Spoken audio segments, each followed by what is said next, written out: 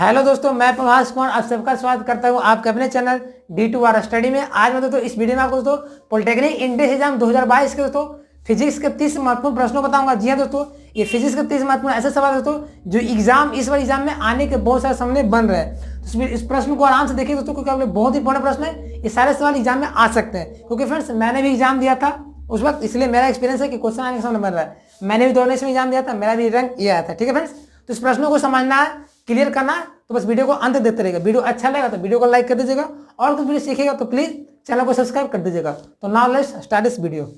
चलिए सबसे पहला प्रश्न को देते हैं, क्या कह रहा है हम लोग का प्रश्न। पहला प्रश्न आपका इस प्रकार, देखिए क्या बोल रहा है। डाइन सेकंड किस राशि का मात्रक है। ऐसा सर डायरेक्टली आ सकता है एग्जाम में, डाइन सेकंड किस राशि का मात्रक है। तो इसका सही आंसर हो जाएगा हमारा फ्रेंड्स आवेग या संवेग का। देखिए कैसे हो जाएगा। देखिए हम लोग पढ़े दोस्तों न्यूटन सेकंड होता है आवेश का मात्रक, आवेग का मात्रक। तो न्यूटन ना देकर डाइन दिया, चूंकि डाइन बल का शिष्य मात्रक है। ठीक है, तो डाइन सेकंड देगा तो आवेग का मात्रक होगा या संवेग का मात्रक होगा। न्यूटन सेकंड देगा तो भी आवेग या संवेग का होगा। कोई दिक्कत। चलिए पहला प्रश्न ठीक है, ऐसा सवाल आएगा एग्जाम में, देखिएगा। चलिए सेकंड प्रश्न को पढ़ते हैं, क्या करता है दूसरा नंबर प्रश्न। ये क्या बोल रहा है दूसरा नंबर, एक इलेक्ट्रॉन वोल्ट किसके बराबर होता है। एक इलेक्ट्रॉन वोल्ट किसके बराबर होता है। इसका सही आंसर हो जाएगा हमारा फ्रेंड्स 1.66 इंटू 10⁻⁻⁹ जूल। क्या होता है, एक इलेक्ट्रॉन वोल्ट किसके बराबर होता है 1.66 इंटू 10⁻⁻⁹ जूल के बराबर होता है इलेक्ट्रॉन वोल्ट। फ्रेंड्स मैं एक बता दूं तो इलेक्ट्रॉन वोल्ट जो होता है तो वो ऊर्जा का ऐसा मात्रक होता है, याद रखिएगा। इलेक्ट्रॉन वोल्ट किसका मात्रक होता है, ऊर्जा का मात्रक होता है। ऐसा सवाल आ सकता है पॉलिटेक्निक इंट्रेंस एग्जाम 2022 में। ठीक है, चलिए क्वेश्चन नंबर थर्ड को पढ़ते हैं। देखिए प्रश्न क्या बोल रहा है, जरा तो आघूर्ण का विमीय सूत्र बताएं। जरा तो आघूर्ण का विमीय सूत्र बताएं, डायमेंशन बताना है जरा तो आघूर्ण का। तो इसका सही आंसर हो जाएगा हमारा फ्रेंड्स ये हो जाएगा, देखिए ml² हो जाएगा। ml² क्या हुआ दोस्तों, जरा तो आघूर्ण तो जो आता आई होता है, इसका तो फॉर्मूला होता है mr² होता है। तो m मतलब दोस्तों द्रव्यमान, द्रव्यमान के बीमा m हो गया। r में दोस्तों तो दूरी त्रिज्या, तो r दोस्तों क्या हो गया, r यानी कि दूरी का दोस्तों बीमा l होता है। तो ml² हो गया, इसका बीमा क्या हो गया, जरा तो आघूर्ण का विमीय सूत्र हो गया, ml² हो गया। चलिए फ्रेंड्स क्वेश्चन नंबर चौथा पढ़ते हैं। देखिए चौथा प्रश्न क्या बोल रहा कि विद्युत तीव्रता कौन सी राशि है। विद्युत तीव्रता कौन सी राशि है। तो इसका सही आंसर हो जाएगा हमारा फ्रेंड्स सदिश राशि। कैसे होगा, देखिए फ्रेंड्स विद्युत जो तीव्रता होता है सदिश कैसे होता है, आप लोग जानते हो। तो विद्युत तीव्रता का जो फॉर्मूला होता है वो F/c होता है, बल बटा आवेश होता है। क्योंकि F तो सदिश राशि है और कूलम आपका ये अदिश राशि है। सदिश बटा अदिश क्या होता है, सदिश होता है, यानी दोस्तों आपका विद्युत से सदिश राशि है। ठीक है, ऐसा मैं दोस्तों सारा प्रश्न को तुम्हें समझा दे रहा हूँ, आंसर को समझा दे रहा हूँ, मैं रटवा नहीं रहा हूँ, ताकि एग्जाम में आया तब इसको बना दीजिए। ठीक है, समझिएगा कैसे हो रहा है। ठीक है, चलिए क्वेश्चन नंबर 5वां पढ़ते हैं। देखिए क्या बोल रहा, 5वां क्या है, a cross b, a vector cross b vector बराबर b vector cross a vector हो तो ए वेक्टर तथा बी वेक्टर के बीच का कोण क्या होगा। इसके बीच का कोण बताना है। तो इसका सही आंसर हो जाएगा हमारा फ्रेंड्स 180 डिग्री या तो पाई डिग्री। कैसे हुआ, देखिए फ्रेंड्स हम लोग एक चीज पढ़े हैं कि जब ए क्रॉस बी होता है ना, वो माइनस में बी क्रॉस ए वेक्टर होता है। तो चूंकि दोस्तों यहाँ पे पॉजिटिव है, दोनों बराबर कब होगा, जब दोस्तों बीच में साइन थीटा रहेगा तब ना। चूंकि दोस्तों साइन 180 यहाँ पे रहेगा दोस्तों, साइन 180 डिग्री, तो दोस्तों वहाँ पे क्या आ जाएगा, माइनस हो जाएगा। ठीक है, तो माइनस हो जाएगा ना, तो ये दोनों क्या होगा, बराबर होगा। साइन 180 डिग्री पे दोस्तों a vector cross b vector बराबर b vector cross a vector बराबर हो गया, याद रखिएगा। ऐसे सवाल एग्जाम में आएगा, पक्का देखिए आएगा एग्जाम में रहेगा मोस्ट, क्योंकि सारा दोस्तों प्रश्न में बहुत ही सोच समझ के बहुत ही सिलेक्टिव लिया हूँ। ठीक है, क्योंकि ऐसा सवाल आपको एग्जाम में आने का 99% चांस बन रहे हैं, इसलिए ध्यान में रखिएगा, इस प्रश्न को पढ़ के जाइएगा। चलिए फ्रेंड्स पढ़ते हैं क्वेश्चन नंबर 6 को। देखिए क्या कर रहा है प्रश्न, क्या बोल रहा है कि बेग समय ग्राफ की ढाल किसको प्रदर्शित करता है। बेग समय ग्राफ की ढाल किसको प्रदर्शित करता है। तो इसका सही आंसर हो जाएगा हमारा फ्रेंड्स त्वरण को। देखिए फ्रेंड्स ढाल क्या होता है ना, ढाल ढाल रेशियो होता है। तो बेग समय का ग्राफ ढाल पूछ रहा था, बेग बटा समय कर दीजिए, तो बेग बटा समय यानी भागा।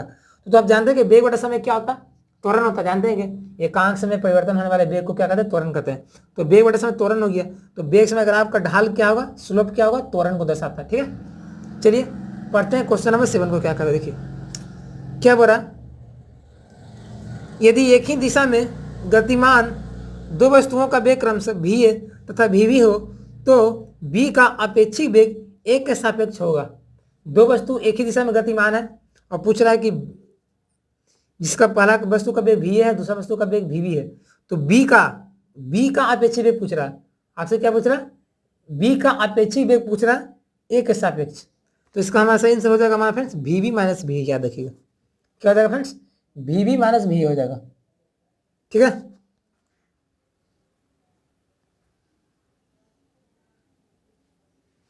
चलिए फ्रेंड्स हम लोग क्वेश्चन नंबर 8 को पढ़ते हैं। देखिए क्या करा, क्या प्रश्न बोल रहा है? गुरुत्व के अधीन मुक्त रूप से गिरते वस्तु का एक समान होता है। जब कोई वस्तु तो क्या तो गुरुत्व के अधीन गिरने लगता है ना, तो वस्तु का कौन सा चीज एक समान होगा, यूनिफॉर्म होगा, नहीं बदलेगा नहीं। तो इसका तो सही आंसर हो जाएगा त्वरण।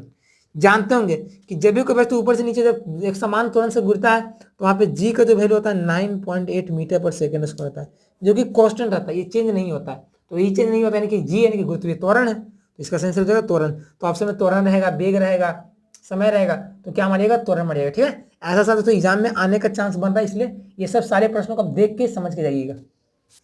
तो फ्रेंड्स चलिए पढ़ा जाए हम लोग क्वेश्चन नंबर 9 को। क्या करा देखिए, क्वेश्चन नंबर 9 क्या है कि यदि किसी पिंड द्वारा चली गई दूरी s बराबर ut प्लस bt स्क्वायर हो तो त्वरण क्या होगा? यदि किसी पिंड द्वारा चली गई दूरी s बराबर ut प्लस bt स्क्वायर हो तो त्वरण क्या होगा? तो इसका सही आंसर हमारा हो जाएगा फ्रेंड्स 2b। अब बोले क्यों? देखिए हम लोग पढ़े फॉर्मूला s बराबर ut plus half at square, यानी कि जो यहाँ पे त्वरण होता है वो क्या होता है? आधा होता है।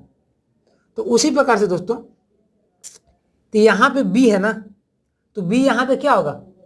जब यहाँ पे आपको b है, इसका मतलब यहाँ पे आप इसको लिख सकते हैं ut प्लस 1/2 गुना 2bt स्क्वायर। तभी तो दो दो कैंसिल हुआ तो b आया, क्योंकि फ्रेंड्स यहाँ पे ut plus half at square है, यहाँ पे हाफ आना चाहिए। तो हाफ कैसे आएगा? जब 2 से गुना करेंगे 2 से भागा देंगे, तो वही 2 से गुना करेंगे तो 2b हमारा आ जाएगा। ठीक है, यहाँ जब भी रहना है तो हमें त्वरण हमेशा क्या रहेगा? दुगुना रहेगा। याद रखिएगा 5 गुना 6 गुना जे कैसे रहेगा। चलिए क्वेश्चन नंबर 10 को पढ़ा जाए। क्या करा देखिए, क्या बोला? गति के समीकरण को किसने ज्ञात किया था? जो गति के समीकरण हम लोग पढ़ते हैं 3 समीकरण, उसको किसने ज्ञात किया था? तो इसका सही आंसर हमारा हो जाएगा फ्रेंड्स गैलीलियो ने। याद रखिएगा कौन? गैलीलियो साहब थे जो गति के 3 समीकरण को निकाले थे, ज्ञात किए थे। चलिए आगे पढ़ा जाए प्रश्न को 11 नंबर को। क्या कहा देखिए, क्या बोल रहा है कि न्यूटन के गति का प्रथम नियम व्यक्त करता है। न्यूटन के गति का प्रथम नियम व्यक्त करता है, तो इसका सही आंसर हमारा हो जाएगा फ्रेंड्स जड़त्व। आप लोग पढ़े होंगे कि न्यूटन गति का प्रथम नियम क्या कहता है कि जब कोई वस्तु एक समान गति की अवस्था में रहता है तो वह गति की अवस्था में बना रहता है, और जब कोई वस्तु यदि विराम की अवस्था में तो विराम अवस्था में ही रहना चाहता है जब तक उसको कोई बाहरी बल ना लगाया जाए। तो इसी को दोस्तों कहते हैं जड़त्व का नियम, इसी को कहते हैं जड़त्व, इसी को कहते हैं इनर्शिया। तो इसका सही आंसर हो जाएगा इनर्शिया, जड़त्व। प्रथम नियम से इनर्शिया प्राप्त होता है। ठीक है, और सेकेंड लॉ से दोस्तों बल की परिभाषा प्राप्त होती है। देखिए चलिए पढ़ा जाए क्वेश्चन नंबर 12 को। क्या बोला?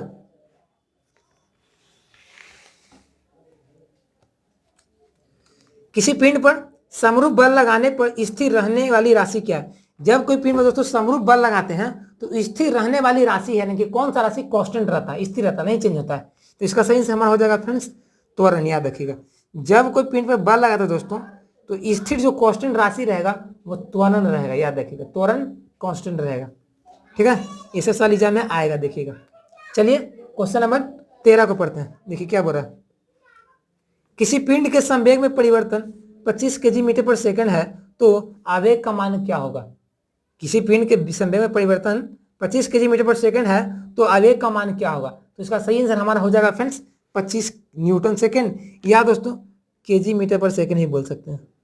अब ऐसा बोले कि ऐसा क्यों आप बोले हैं सर? तो मैं ऐसा इसलिए बोला हूँ फ्रेंड्स क्योंकि संवेग और फ्रेंड्स आवेग दोनों सेम ही चीज है। जितना संवेग होगा उतना ही आवेग होगा। संवेग क्या होता है? द्रव्यमान गुना वेग। आवेग क्या होता है? वो भी द्रव्यमान गुना वेग, वो भी एक तरह से बल इनटू समयांतराल ही होता है। तो न्यूटन सेकंड भी लिख सकते हैं, केजी मीटर सेकंड भी लिख सकते हैं। ठीक है, तो दोनों सेम ही चीज है। ठीक है, संवेग और आवेग थोड़ा सा कोई डिफरेंस होता है, लेकिन न्यूमेरिकल बनाने में ऐसा आपको सेम ही चीज मिलेगा। ठीक है, कोई बड़ा डिफरेंस नहीं है। चलिए क्वेश्चन नंबर 14 पढ़ते हैं। क्या कहता है देखिए, जब दूध को मथा जाता है तो इससे मक्खन अलग हो जाता है। ये बहुत इंपॉर्टेंट प्रश्न आपको एग्जाम में आएगा। देखिए कंटाप क्वेश्चन है।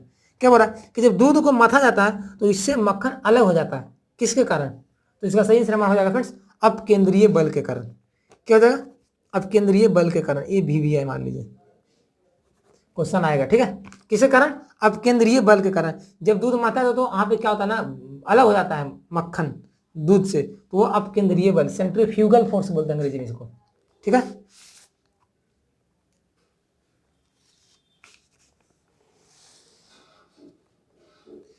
चलिए फ्रेंड्स पढ़ा जाए क्वेश्चन नंबर 15 को। देखिए क्या बोला, एम द्रव्यमान के कण का संवेग p है तो गतिज ऊर्जा इसकी होगी। एम द्रव्यमान के कण का संवेग p है तो गतिज ऊर्जा होगी। इसका सही समाधान हो जाएगा फ्रेंड्स p²/2m। देखिए p²/2m, क्योंकि फ्रेंड्स एक काइनेटिक एनर्जी का दो फॉर्मूला होता है, एक होता है हाफ mv², एक होता है p²/2m होता है, ठीक है। p²/2m, तो वही आपका ये फॉर्मूला याद रखिएगा, इसे न्यूमेरिकल बना दीजिएगा। और ये आपका यही क्वेश्चन पूछा है, तो द्रव्यमान m, संवेग p, तो गतिज ऊर्जा p²/2m, ठीक है। चलिए क्वेश्चन नंबर 16 को पढ़ते हैं।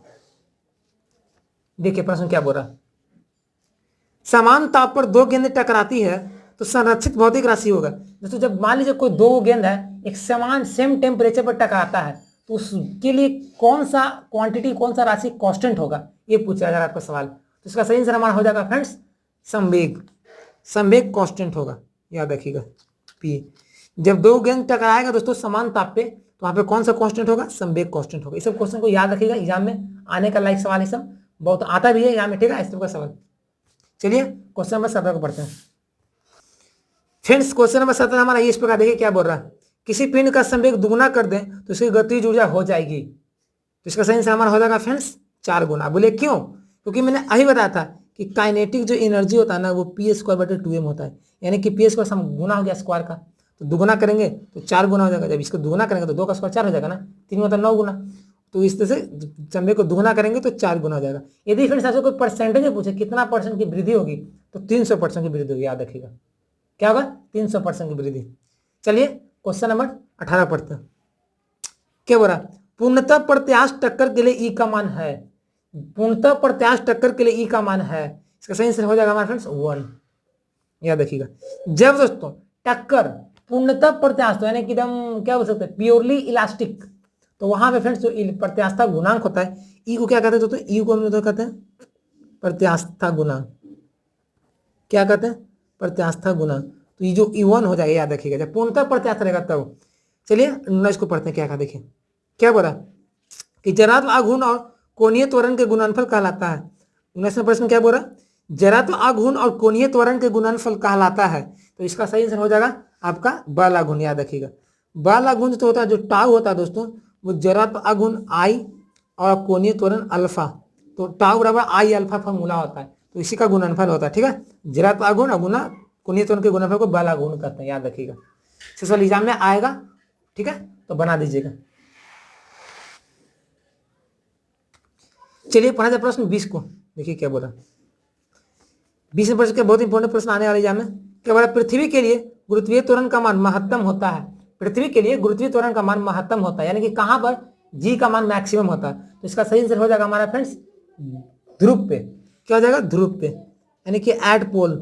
पोल में फ्रेंड्स क्या होता है ना, जी जो होता है दोस्तों वो मैक्सिमम होता है।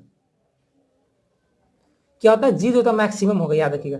जी का मान सबसे ज्यादा होता है ध्रुव पे। और फ्रेंड्स यदि सबसे न्यूनतम हो जाए तो दोस्तों वहां पे होता है विषुवत रेखा पे या इक्वेटर पर, ठीक है, या भूमध्य रेखा पे बोल सकते हैं, कोई दिक्कत नहीं ना। चलिए 21वें प्रश्न को पढ़ते, देखिए क्या बोला।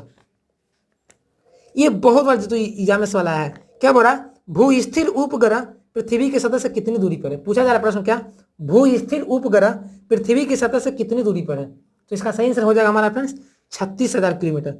ये फ्रेंड्स याद रखिएगा VVI है, क्योंकि फ्रेंड्स मैं 2019 में पॉलिटेक्निक इंटर एग्जाम दे रहा था बिहार का, तो उस वक्त सवाल आया था। और फ्रेंड्स जब मैं 2019 में एग्जाम दिया था पॉलिटेक्निक का, उसमें मेरा ओवरऑल 22 रैंक आया था पूरे बिहार में, जो मैं मैट्रिक में दिया था, ठीक है। तो उस वक्त एक सवाल हमारे एग्जाम में आया था 36,000 किलोमीटर। तो मैं इसलिए लिया हूं, तो 3 साल हो गया, तो ये क्वेश्चन आएगा ही आएगा।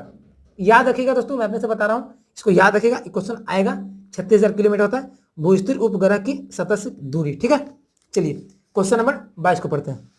क्या बोल रखिए, क्या बोल रहा है, पृथ्वी का पलायन वेग का मान ... होता है, यानी कि पृथ्वी के लिए पलायन वेग का मान कितना होता है। तो इसका सही आंसर हो जाएगा हमारा फ्रेंड्स 11.2 किलोमीटर पर सेकंड। क्या हो जाएगा, 11.2 किलोमीटर।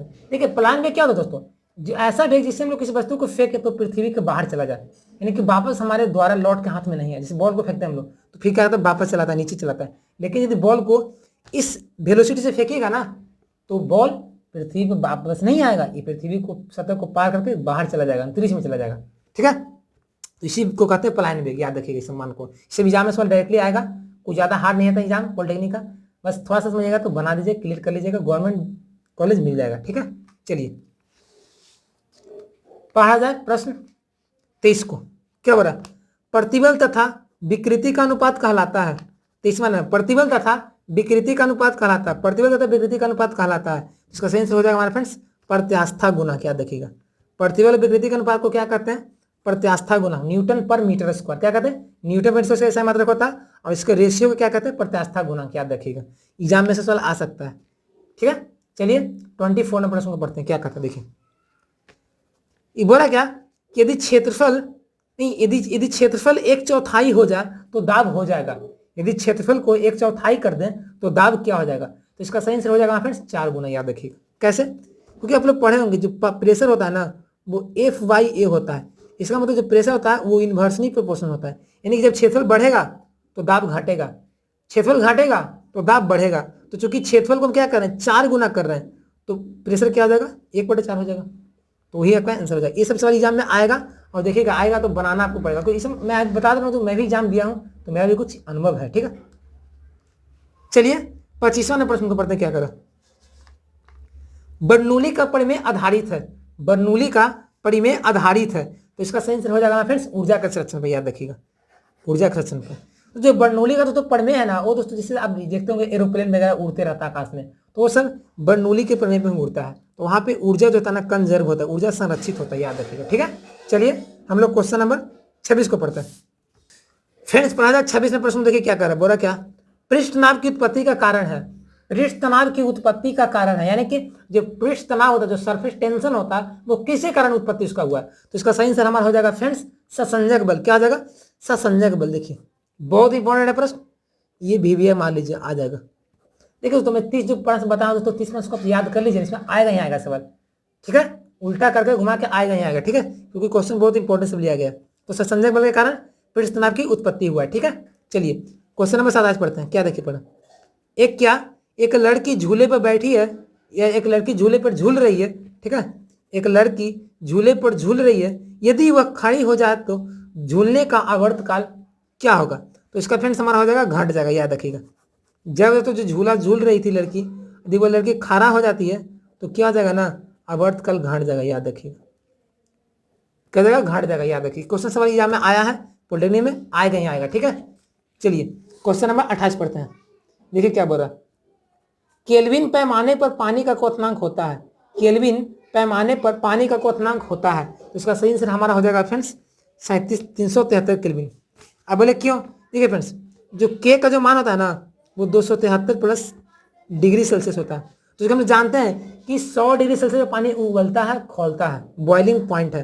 तो 273 प्लस 100 मिलकर क्या आ जाएगा 373। केल्विन ने पूछा था फ्रेंड्स इसलिए 373 हुआ, सेल्सियस में पूछेगा तो क्या हो जाएगा 273 हो जाएगा, सॉरी 100 हो जाएगा। ठीक है, चलिए हम लोग पढ़ते हैं क्वेश्चन को आगे 29 नंबर प्रश्न को। देखिए क्या बोल रहा है, बोला क्या, 0 डिग्री से 4 डिग्री सेल्सियस तक पानी का आयतन, बस अब पानी का आयतन क्या होगा, बढ़ेगा कि घटेगा। तो इसका सही से हमारा हो जाएगा फ्रेंड्स घटता है।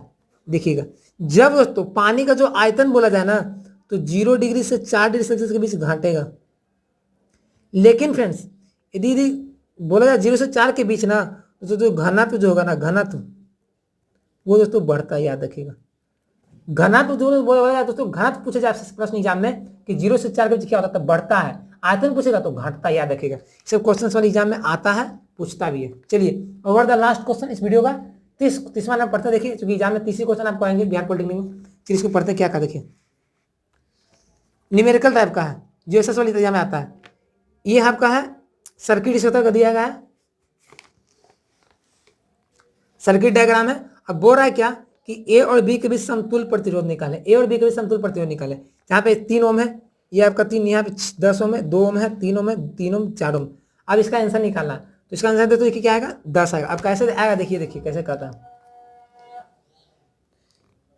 देखिए फ्रेंड्स दोस्तों ये जो तीसरा दोस्तों तीनों जो है ना दोस्तों तीनों सीरीज में है, क्योंकि दोस्तों यहाँ से करंट जाएगा ना तो तीनों इसमें भी जाएगा, इसमें सेम करंट इसमें जाएगा, तीनों में सेम जाएगा। तो धारा समान होता है ना किसी ब्रांच में तो सीरीज में हो जाता है। तो क्या करेंगे हम लोग, इसको ऐसे कर देंगे, ए हो जाएगा, ये बी हो जाएगा। तो यहाँ पे फ्रेंड्स क्या हो जाएगा ना, ये क्या है दोस्तों यहाँ पे 3 ओम है, ये आपका 2 ओम है, ये 10 ओम है। तो ये जो एक क्या सीरीज में हो जाएगा, सीरीज यानी कि सीरीज में क्या होता है R1 + R2 + R3। तो 3 2 5 3 3 6 6 कितना हो जाएगा 10 हो जाएगा। अब फ्रेंड्स देखा जाए ये तो 10 10 पैरेलल में, तो पैरेलल है तो क्या हो जाएगा, ये पैरेलल के लिए क्या होता है, ये 3 है और ये आपका कितना 2 ओम है। दोस्तों 10 10 पैरेलल है तो पैरेलल के लिए फॉर्मूला क्या होता है 10 × 10 बटा 10 10 10 + 10 यानी दोस्तों 100 बटा में 20 यानी कि 5 आ जाएगा। तो ये दोस्तों आपका 5 आ गया, ये दोनों मिलकर दोस्तों क्या आएगा 5 हो गया। ठीक है, ये दोनों मिलकर क्या हो गया 5 हो गया। तो अब देखिए दोस्तों यहाँ ए है और यहाँ बी है, हमको ए और बी के बीच प्रतिरोध निकालना है, समतुल्य प्रतिरोध। तो क्या करेंगे, सबको जोड़ देंगे, सब तीनों सीरीज में, यहाँ से करंट जाएगा तो इसमें भी जाएगा, इसमें जाएगा, इसमें सेम जाएगा करंट, यानी कि सब जोड़ देंगे तो आ जाएगा आंसर। तो 3 5 8 8 2 10 यानी कि फ्रेंड्स RAB जो होगा वो 10 ओम होगा। आंसर आ गया।